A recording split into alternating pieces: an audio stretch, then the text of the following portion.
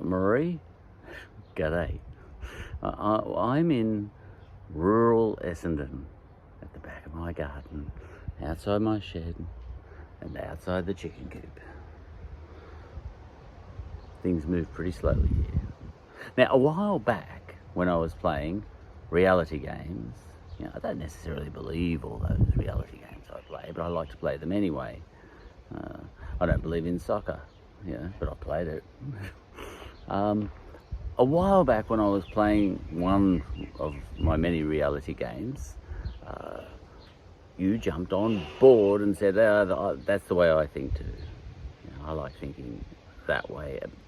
I like that reality, you said. But the problem was that I was unable to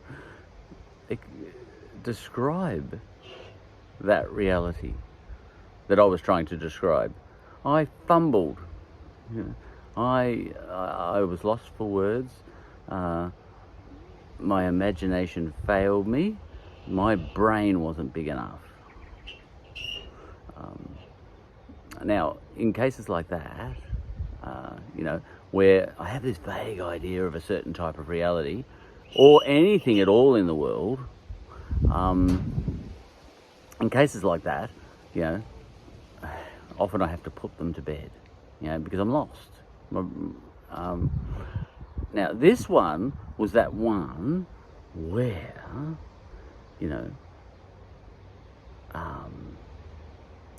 the me that existed yesterday is, put time aside for a second, just as real as the me that exists today. And that one brings back all our loved ones, so to speak, and keeps them real. So I guess, in the past, Julius Caesar is just as real now as he was then. All right, I'll just leave that alone. I won't talk about the future because there's multiple possible futures. Let's just talk about the past, the present now. All right, now in a case like that, I have to give it away, because back when we were chatting, I was saying, all right, I got this vague idea that all these different states of reality at all these different points in time in history, including this one right now, and maybe even the ones all into the future too, if you're a fatalist, maybe all those states of existence kind of coexist and are all real. And then I scratched my head and I said, all right, wait a minute, no, but yes, but no. And I wanted to be intelligent about it, and I couldn't be. I got lost for words. My imagination failed me. Well, I was listening. So in cases like that, I just have to sit and wait until someone else smarter than me comes along and explains it better than I could. And that person has just come along, and he explained it so effortlessly that I was thrilled. Excuse me. And, now I can explain it, at least the way this other guy explains it, which was a pretty good way of explaining it. And this guy, I'm listening to an audio. I've got all day here. You might not have. A lot of people can't watch videos. Even I can't watch videos. I could not watch this because I haven't got time. Right. So this guy, a physicist, can't remember his name, but I'm listening to an audio book about time, which may or may not exist. I'm only up to lecture 2, but I'm getting this sense that for a while I've known our idea of time as one of the ingredients that was poured into the universe at the Big Bang was dodgy, is dodgy. That our idea of that is dodgy. You can sort of say stuff exists, as far as we know, and that's fairly valid. I can see my fence, my chook house and my shed here. I can stub my toe on a brick and it will hurt. All right, I think all that stuff's, look, for all intents and purposes, that stuff exists. Even within the realm of our, even though we can't entirely trust our senses. All right, but it exists for all intents and purposes. Space, time, everything I can see, space and time. No, not space and time. Space, and matter and energy. Those things exist. But does time exist? Or is that, as this guy that I was listening to might describe it, is time just a label that we give to something that we don't understand? Is the thing that we call time, and even perceive as time, is that just a byproduct of existence? Is it not a thing itself? That, is it not? Is it the case that it's not a feature of the universe, time? But it's just a byproduct of the fact that things exist. So if my cup of coffee here existed 10 seconds ago and still exists, you could talk about the existence of that cup of coffee. But the fact that the cup of coffee has managed to persist for 10 seconds or exist for 10 seconds, we say, wow, it's existing and it's still existing. Well, the fact that it's existing, it existed 10 seconds ago and still exists now 10 seconds later, and still exists now another 20 seconds later, well, just to describe its existence, we'll bring in this label, this word called time, just to describe the fact that it used to exist and it still does. It doesn't mean time itself exists necessarily, but that gets a bit philosophical, and I start to get lost again, and my imagination starts to fail me again. But this bloke that I'm listening to, he's talking about this thing that I couldn't describe, even to myself a while back, this idea that things, intuitively, and I don't trust my intuition, don't get me wrong, I don't trust my intuition, because a lot of people say, oh, I'm very intuitive, but one's intuition is limited by one's intelligence, for a start, and everything that one knows so far in one's life. It's launching itself, one's intuition is launching itself off a very dodgy and fragile and limited little platform there. You shouldn't be trusted too much, and people say, oh no, I've got an intuition, that, a friend of mine has just told me she's having a baby and her husband is thrilled.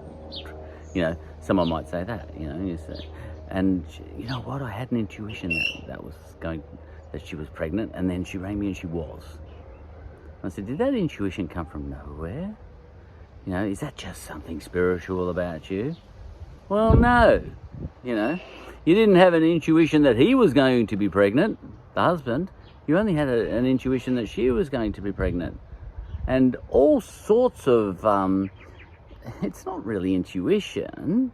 It's just this little platform of knowledge you've got, which is very limited. There's a lot of things you don't know about in the whole wide world. You know about pregnancy, okay. Your parents taught you about the birds and the bees. But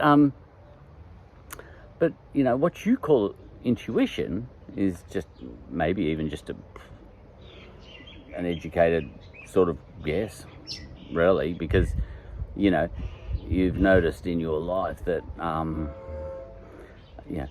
when a man meets a woman and gets married, often a baby comes along later, not too much later. You knew all sorts of things about that couple over there.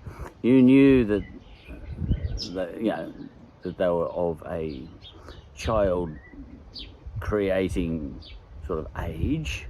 They weren't 80, were they? Or you wouldn't have had that intuition. So your intuition didn't come from nowhere. You knew that they were only in their 20s or whatever, maybe in their 30s. So what you did, you just went, oh, all right. One of them's a male, one of them's a female. They did get married. They probably wanted children. They're probably trying for children. And in your brain, you said, what are the chances? You said, I bet you they have a baby at some stage. But geez, I tell you what, they must be getting close to, she must be getting close to getting pregnant one of these days. And then she texts you and she says, I'm pregnant. Oh man, I'm so spiritual. No, you're not. I'm so intuitive. No, you're not. You're just putting two and two together. But anyway, this bloke I was talking about. But the problem with the reason I think people think that a lot of things are intuition, which aren't, is because it's not easy to see where it all came from. Well, I described it just then. You wouldn't even think it. You wouldn't realise that you were thinking, oh yeah, I did take into account the fact that they weren't 80 and that they were married, and that they are the sorts of people that would want a baby and all that sort of stuff. I didn't realise I was just doing maths. I thought I was doing spiritual intuition. I thought I was magic. Anyway, intuition's a whole other subject. It's bigger than that. There is such a thing. But often it's wrong, that's the thing. Anyway, back to this guy. And, my intuition tells me lots of different things. Sometimes my intuition tells me that the present, me right now, which is a very elusive thing, because even when I said me right now, that's gone into history now. That version of me that said that, me right now, about 10 seconds ago, that version of me doesn't exist. Only this one does. Wait, no, this one. No, wait, this one. Every single microsecond, an old version of me is disappearing really fast. Here I am now. No, I'm not. I'm gone. Here I am now. That's pretty funny. In fact, now is such a short period of time. I'm pretty sure it's an infinitely short period of time that now doesn't exist. Like if you went, now goes from time t2 minus t1. T equals t2 minus t1. The t2 being the time that now finishes and the time that now started. Now, if t2 equals t1, then t, the time during which things exist, the time span, if that equals t2 minus t1 equals 0, you don't exist. Nothing can exist now. Oh, that gets tricky. And yet we pass, we do appear to pass from the past into the future somehow. So we go through this period. Oh, this gets all very, we go through the period now, so we kind of assume we do exist now. Oh, no, wait, now. This gets all very Zeno's paradoxes, before too long. But, I'm happy to believe that whatever I am, exist now, at all the points of now in history. But look, one side of my intuition says I exist only now, and that versions of myself that existed yesterday don't exist anymore because, that guy's in the history books. And versions of myself that will exist in the future, as far as I know, unless I die right now. Nope, I didn't. These versions, here I am, those versions of me that are going to exist in the future, I'm pretty sure. Yep, I was right. I kind of think they don't exist yet. And versions of myself that used to exist, I feel they don't exist either. Only this one, the one you're looking at here, only he exists right now. That's my intuition. But then I have this other intuition. I was talking about it with my godmother, and I have this other. Sometimes I play reality games. All right, that's a reality that I exist now, but I no longer exist. No, the version of me that existed last year doesn't exist anymore, and the version of me that's going to exist in about 5 minutes' time, he doesn't exist yet. All right, that's one sort of reality. I say that's real, that's true.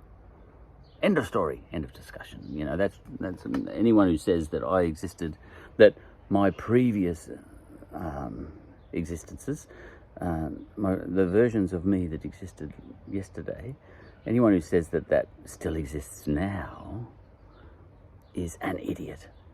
You can do that. That's a form of reality. That's true. All right, but sometimes, I have another truth come into my head, and this is the one I stumbled on a while back. And I've taken a long time to make this this YouTube clip this time, but sometimes it's not about the destination, it's about the journey. It's just about enjoying the chat. I could take 40 minutes here and then I'd really never listen to myself. Whatever. I'm not going to rush this because I'm in rural Essendon. Time goes very slowly here. It doesn't actually. Time, number one, might not even exist, and it goes the same pace everywhere, does it? Don't know. I'll have to listen to the rest of the audiobook. Does it even exist? Not even worth talking about. All right. But this other form of reality in which all things in history, past, present, and future, are all real and coexistent. This other form of reality, which my intuition sometimes tells me, yeah, that's true, even though my previous form of intuition said to me, nah, that's rubbish. But sometimes, I have my phases, all part of my mental illness. And I said, all right, Julius Caesar, he is as real as I am in what you might call the bigger picture, in which time is just an illusion. All right, how about that? Time is just an illusion or whatever. All right. I was trying to sort of put this into words a while back to your good self, GM, and I was failing. But then this guy on this audiobook, geez, he put it well. He said, all right, most people's intuition says that, the present exists. The past used to exist but doesn't anymore. And the future, well, we don't know what that's going to look like. It doesn't exist yet. See, most people think that. But he said there is, physicists, he said. Many physicists have a different idea. They say, listen, we can't because we don't have the instruments. But if we were able to map the universe right now, every single atom, maybe put Heisenberg's uncertainty principle aside just for now, but even if we were able to map that, it's still all very uncertain to us now, but maybe we can get underneath that even and start being able to predict that, and it'll become Heisenberg's certainty principle. I'm making that bit up. He didn't say all this, I don't understand Heisenberg's uncertainty principle well enough to even make a comment on it, but you get what I'm saying. Maybe we'll get underneath that little bastard and it'll become Heisenberg's certainty principle. That'd be good. We could harness quantum mechanics and solve climate change. And why so many people are sad. We could solve so many things, we could bring about world peace if only we could work out what the hell's going on with particles, subatomic particles. All right, because they're thinking, Anyway, he said physics, actually, he said, and here's the funny thing, he said, you might think physics is not very hocus pocus, and this isn't hocus pocus. But he said, if, if you could map everything in the universe, you knew the state of everything in the universe, you're able to put all that into a computer, all right? So even every molecule in the air and every molecule in the ocean and all that sort of stuff, and you knew where everything was. You said, right, I've got it all. I've got a picture of the whole world. I know where every single, and the universe too. I've got a map. I know where every particle in the universe is, and I know let's say the position and the mass of and the velocity of, I know all the orientation. I know everything about every particle in the universe.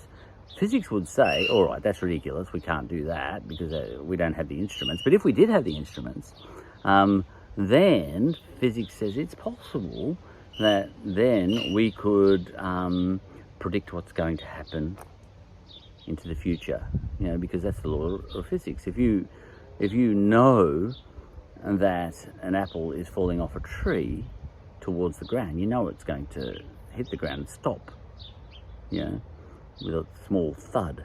All right, so you can predict the future if you know the present. Okay, so that's it. That's what he said. And he said, but not only that, not only could you predict the future perfectly, you could also work your way backwards and find out what happened in the past by working backwards using the same mathematical same physics formulas.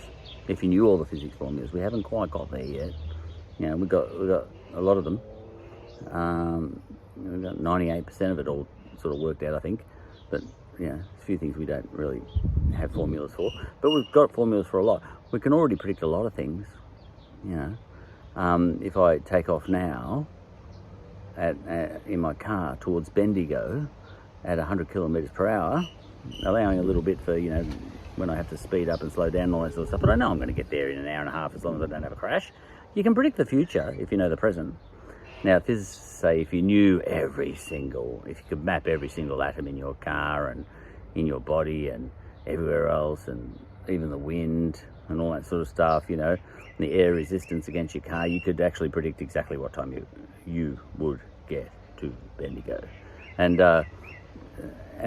what he said is, physicists, when they start thinking like this, they say, oh, all right, well, you know what, if you can absolutely accurately know the look of, the orientation, the setup of the universe a year from now, it already exists, really, because this is fatalism. That thing it already exists because it has no choice but to come to be. And if you do that, and at the same time, you can go back in time and you can accurately, even if you don't know, you could actually work out that Julius Caesar got stabbed 43 times back in 44 BC or whatever it was, because you can work your way backwards using physics formulas and you'll figure it all out. And to that extent, Julius Caesar, his existence back in 44 BC, he is, because put this whole idea of time aside, in this context, really, because it's a bit of an abstract concept, his existence is no less valid in 44 BC than my existence is now. And he said, if you do this, if you think like this, all points of time in history, the present, and the future equally valid, if you like. There's a reality to them, and the fact that we love the present more than the past in a way, well, not always, not if we're nostalgic, and the future too. The fact that we love the present more than the future, well, not always, not if, you know, you have hopes and dreams. Well, those things are not just philosophically real, but they're actually technically real, because they're unavoidably, they're existent. See, time might not even exist. Time might be just a label we put on the fact that we exist. You know, because you can't exist unless you can't. That bird just flew by, beautiful. Rosella, no, whatever it is. Can't have existed without the passage of something. We call it time, you know. All right. You know, when you hit a billiard ball on a billiard table, and it goes bang and it hits another billiard ball, and it goes in, and that one goes in the pocket. You know, you sort of say, oh, that's, you know, I can do all the maths and physics on that because, you know, time was involved. You know, I can do all the formulas, Newton's formulas. You know, hit the pool ball with a cue, and there's a bit of an impulse there, and off it goes, flying along the ball, flying along the billiard table, and slowing down just that slight little bit because a little bit of friction, but not much, and it hits the ball, and then there's this kind of, you know, bit of transfer of energy from one billiard ball into the other, a bit of an impulse there too, and that billiard ball goes flying off, and away we go. Tiny little bit of heat loss, you know, but not much, you know, almost an ideal system and all that sort of stuff. Okay. But you could almost say that that's not so much, you know, speed equals distance over time, velocity equals distance, velocity equals displacement over time, and all that sort of stuff. And you could say it's not so much that, it's just causes and effects more than time. You know, you could describe all that in terms of cause and effect, really. You know, you caused, you know, the pool cue to move suddenly towards the ball, and then the pool cue hit the ball, so to speak, and caused, you know, and the effect was that the ball went moving along, and that ball caused the next ball to fly off and into the pocket and all that sort of stuff. All right, so you can put time aside for a minute, which is helpful for what I'm about to say, which taken me nearly half an hour to say. Okay, so at this point in time, see, you can't say that. You can't even use any verb at all. If you, it's really tricky to put it. Excuse the aeroplane. Essendon. We're near Essendon Airport here. It's tricky to put aside time because you can't even speak a single sentence in the English language, really, without using a verb, and verbs bring time into play. You know, but, you know, verbs are an abstract concept too, you know. Okay, all right. So, anyway, all right. If, it's a big if physics is predictable, and at the moment it's not perfectly predictable, but that might just be because we're not smart enough yet, and we don't have the instruments and all that sort of stuff. If physics is predictable, then Julius Caesar can be argued to be just as real as I am now, and the fact that I think I'm more real than Julius Caesar right now is really only because of my chauvinism. That I think this point of time in history is more important than that previous time in history. That I think 2023 is more valid than 44 BC.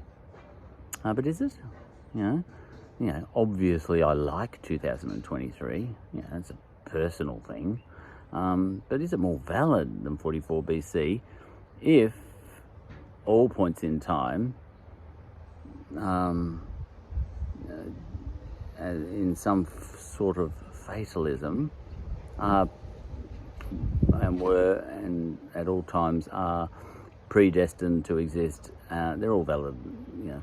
And this kind of brings all my loved ones, you know, makes me feel that all my loved ones from the past who've passed away, you know, not completely passed away. Their reality is just as powerful as my reality right now. Yeah, get what I'm getting at? No wonder it was so hard for me to put this into words another time, because I've taken nearly 30 minutes. You'd really want to be in the mood to be listening to a bloke outside his shed to listen to this episode. All right. Now this form of thinking, where all points in time, so to speak, in history and in the present and in the future are equally real, and kind of coexistent. Apparently there's a word for it, and it's called eternalism. Now, this other form of thinking about things, where the present is real and exists, but the past doesn't, that's gone, and the future is yet to be, but isn't yet, and isn't real, that's called, in words, just the labels, but that's called presentism, where that's for people, anyone who likes it. And there's nothing wrong with presentism, and there's nothing wrong with eternalism, and they're just ideas. But presentists, they prefer this idea of reality that now exists. The past, the now is real, the past isn't, the future isn't, and now is. All right. Eternalists, apparently, they kind of like, I've forgotten what he called it, block space. This idea of block space. They like this idea of block space, where all points in time coexist, or are all equally validly real. Picture this. There's an alien, or a god, if you like, or you, after you die, and you're sitting there in the afterlife, and you used to be an eternalist, and you still are after you die, and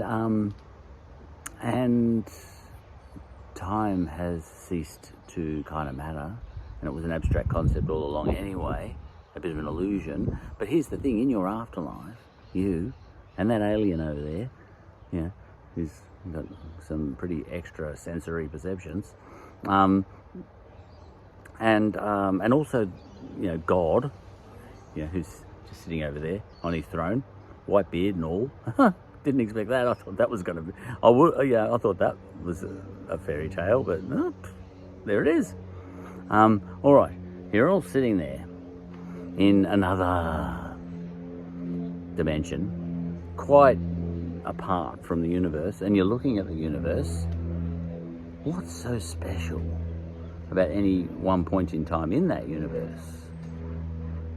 What is so special about the 14th, I don't even know what day it is today, but what is it, the 12th of January 2023 at 11 a.m. What is so special about that compared to March the Ides in 44 BC? Well, what date was that? March the 21st or something? I don't even know what it was. I don't know when the Ides of March are. Okay, 6th. Anyway, what is so special about that day?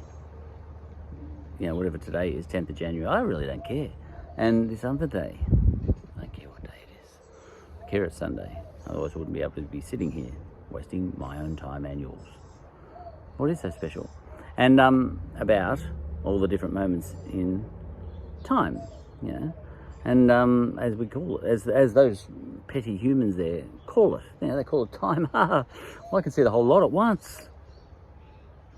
And if you can imagine such an alien, or you in the afterlife, or God with the white beard over there, the Jesus there, and on a seat right next to him, and on the other seat there's just a bit of a halo there, but nothing underneath. That's weird. You're all sitting there and you're looking at the universe, but you're seeing all its states of existence. You're even looking at that billiard table, and because your brain is so big now, You can see the billiard ball at every single point in, in coexistent time as it flew from the cue to the other billiard ball and then pushed that over. You can see all those things at once. Now, I can't imagine that, because my brain isn't big enough, but when I die, my brain's going to be big enough. I just have an intuition about that. Okay, so, and they call that, I remember now, if such an alien does exist, and if you do in fact acquire brain power, or consciousness power or whatever, to be able to do this after you die, they do say, these eternalists, that you are looking at the universe not just as a slice, a whole lot of slices of time. You can look at the universe, I can only look at the universe right now. I kind of remember the other universes, or I've read about them. But after I die, I might be able to look at all of them at once. Now, I can, I might even have the power of looking at just one particular time. And get to hang with my cousin Daniel. And go to the footy with him. And back in 2022, because I can be in that time because I've got the power, because I'm in the afterlife. Okay, I can be in that time, and I might do that after I die. I might catch up with Daniel. He's over there too, and why not? Why not? Maybe. Oh, you're being utterly stupid. There's no afterlife. No, I'm not really. You don't know that. You say you do. You say you know that there's no afterlife, but you don't know that. I don't know either way, but neither do you,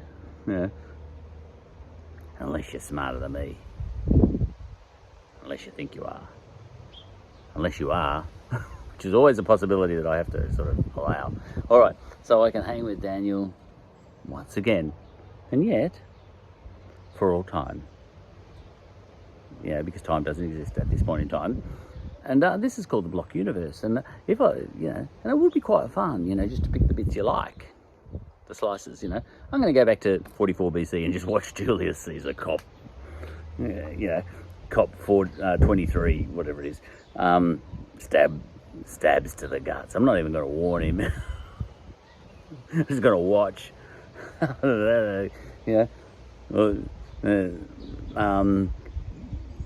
Justice. I'll call that justice against all tyrants, or whatever that guy who killed Abraham Lincoln, whatever he yelled out, and so it is with all tyrants, all right, but that's an interesting thing. But the point is, the fact that I can even see all the different slices of time in my afterlife existence, so to speak, the fact that I can even see that, wow, I feel so powerful. I'm just laying down the law. I feel so powerful.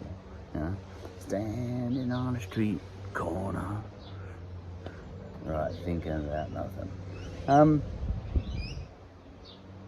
The fact that I can even see all the slices all at once, and then maybe even pick one and enjoy that one for a bit. Hang with Marilyn Monroe for a bit. Why not? What you're looking at there is called, to the eternalists, the block universe. I took far too long to say all that, but I enjoyed it.